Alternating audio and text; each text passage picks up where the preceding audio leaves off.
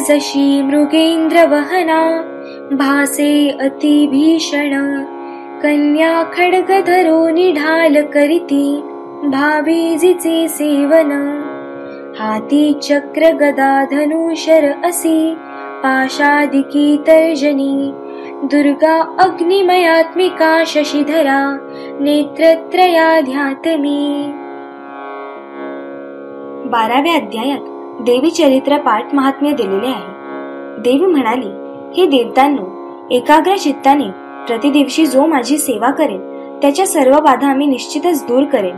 जे कोणी मधुकैटभ नाश, महिषासुर वध आणि शुंभ निशुंभाचा संहार या प्रसंगाचे जे पाठ करतील, तसेच अष्टमी, चतुर्दशी आणि नवमीला जे एकाग्र चित्ताने भक्तिपूर्वक माझे महात्म्य श्रवण करतील, त्यांना कोणतेच पाप स्पर्शू शकणार नाही.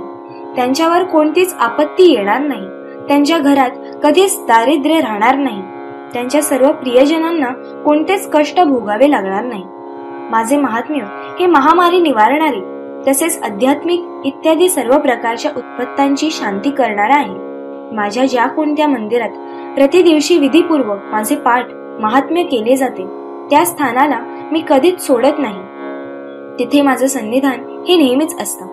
बलिदान, पूजा, होम तसेच महोत्सव प्रसंगी माझ्या या चरित्राचा पूर्ण पाठ आणि श्रवण होणे गरजेचे आहे.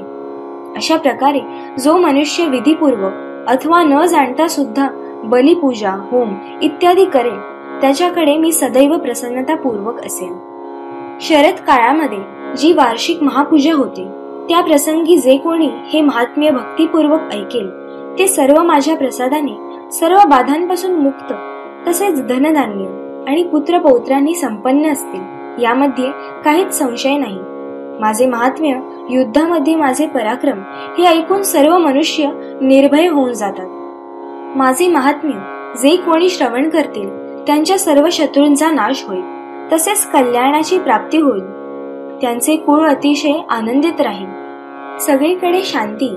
कर्मात वाईट स्वप्न दिसल्यावर तसेच ग्रह भयंकर पीडा उपस्थित झाल्यावर माझे महात्म्य कोणी वाचेल अथवा श्रवण करेल, त्याच्या सर्व विघ्नबाधा नष्ट होतील आणि स्वप्न देखील सुस्वप्न होईल. बालकांसाठी हे महात्म्य शांतिकारक आहे. तसेच मैत्रीमध्ये फूट पडल्यास हे महात्म्य पठणाने चांगल्या प्रकारे मित्रता होईल. ह्याच्या फक्त पाठ करण्याने राक्षस, भूत आणि पिशाच्यांचा नाश होईल. माझे हे सर्व महात्म्य माझ्या जवळ येण्यासाठी अत्यंत उपयुक्त आहे. पशु, पुष्प, धूप, दीपगंध इत्यादी उत्तम सामग्रीद्वारा माझे पूजन केल्याने तसेच ब्राह्मण भोजन केल्याने, होम केल्याने, प्रतिदिवशी अभिषेक केल्याने, विविध प्रकारच्या भोजन नैवेद्य अर्पणाने माझी जी पूजा आराधना केली जाते, त्यांनी मी जेवढी प्रसन्न होते त्यापेक्षाही अधिक एकदा फक्त चरित्राचा पाठ केल्याने अथवा श्रवण केल्याने मी प्रसन्न होते. या महात्म्याच्या श्रवणानंतर सर्व पापांचा नाश होऊन आरोग्य प्राप्ती होते. माझे युद्धविषयक चरित्र दुष्ट दैत्यांचा संहार करणारे आहे. हे देवतांनो, तुम्ही आणि सर्व ब्रह्मऋषींनी माझी जी स्तुती केली आहे, ब्रह्मदेवांनी पण जी स्तुती केलेली आहे, ती कल्याणमय बुद्धी प्रदान करते. निर्मनुष्य जुन्या मार्गावर अथवा निर्जन ठिकाणी तसेच डाकूंमध्ये अडकल्यावर, शत्रूकडून पकडले गेल्यावर, जंगलात सिंह, वाघ किंवा जंगली हत्ती यांनी पाठलाग केल्यावर किंवा कोपित राजाच्या आदेशाने वध किंवा बंधन घातल्यानंतर अथवा महासागरामध्ये नावेत बसल्यावर, अतिशय भयानक वादळ आल्यावर किंवा भयानक युद्धामध्ये शस्त्रांचा प्रहार झाल्यावर किंवा वेदनेने अतिशय पीडित झाल्यावर किंवा भयानक बाधा उत्पन्न झाल्यावर माझ्या चरित्राचे स्मरण केल्याने संकटमुक्त होता येते, असे म्हणून प्रचंड पराक्रमी भगवती चंडिका सर्व देवतांच्या समोरून अंतर्धान पावली. मग समस्त देवता आपल्या शत्रुनाशामुळे अत्यंत आनंदित आणि निर्भय होऊन पहिल्याप्रमाणेच सर्व यज्ञभाग करू लागले आणि आपापल्या अधिकाराचा उपयोग करून सगळीकडे शांतता निर्माण करू लागले. संसाराचा विध्वंस करणाऱ्या महाभयंकर अतुल पराक्रमी देव शत्रू शुंभ आणि निशुंभ देवीकडून मारले गेले. त्यामुळे उर्वरित सर्व दैत्य पाताळ लोकामध्ये गेले. अंबिका अशा प्रकारे पुन्हा पुन्हा जगत रक्षणासाठी अवतार घेते आणि तीच या विश्वाला मोहित करते. सर्व जगाला जन्म देते आणि तीच प्रार्थना केल्यावर संतुष्ट होऊन विज्ञान आणि समृद्धी प्रदान करते. पुष्प, धूप, गंध इत्यादींनी पूजन करून तिची स्तुती केल्यानंतर धन, पुत्र, धार्मिक बुद्धी तसेच उत्तम गती देणारी देखील तीच आहे. बाल सूर्या परी कांती चतुर्बाहू त्रिलोचना ध्यातो शिवाजीच्या हाती पाशांकुशवराभय. 13व्या अध्यायात ऋषी म्हणतात, हे राजा, अशा प्रकारे देवीच्या उत्तम महात्म्याचे वर्णन मी तुमच्या समोर केले आहे. जी या जगाला धारण करते त्या देवीचाच हा प्रभाव आहे. हीच विद्या ज्ञान उत्पन्न करते. विष्णूची महामाया स्वरूपा भगवती देखील तीच आहे. वैश्य आणि अन्यान्य विवेकीजन याने मोहित होतात. तुम्ही त्याच परमेश्वरीची शरणागती पत्करा.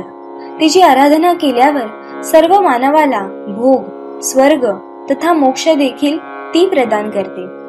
हे ऐकून राजा सुरथाने उत्तम व्रताचे पालन करणाऱ्या महाभाग महर्षींना प्रणाम केला. राज्य अपहरणाने अत्यंत खिन्न झाला होता. विरक्त होऊन राजा आणि वैश्य लगेच तपस्येसाठी निघून गेले आणि जगदंबेच्या दर्शनासाठी नदी तटावर राहून ते तपस्या करू लागले. आधी दोघेही आहार घेत होते, परंतु हळूहळू आहार कमी करत ते निराहार राहू लागले. देवी सुक्ताचा जप सतत करत होते आणि तपस्या करत होते. तसेच नदी तटावर देवीची मातीची एक मूर्ती बनवून त्याला पुष्प, धूप आणि हवन करून देवीची आराधना करत होते. 3 वर्षांपर्यंत अतिशय संयमाने ते देवीची आराधना करत होते. यावर प्रसन्न होऊन जगत धारण करणारी चंडिका देवीने त्यांना प्रत्यक्ष दर्शन दिले. तसेच आपल्या कुळाला आनंदित करणारा वैश्य, तुम्ही दोघेही ज्या वस्तूची अभिलाषा करीत आहात ती मला मागा. मी अतिशय संतुष्ट आहे, त्यामुळे मी तुम्हाला ते सर्व देईन. यावर राजाने पुढील जन्मामध्ये नष्ट न होणारे राज्य मागितले आणि या जन्मामध्ये शत्रू नाश होऊन सर्व राज्य मला परत मिळावे असे वरदान मागितले. वैश्य हा संसारातून विरक्त आणि खिन्न झालेला होता, तरी देखील तो अतिशय बुद्धिमान होता. त्यामुळे त्यांनी त्या वेळेला ममता आणि अहंता रूप आसक्तीचा नाश करणारे ज्ञान दे असा वर मागितला.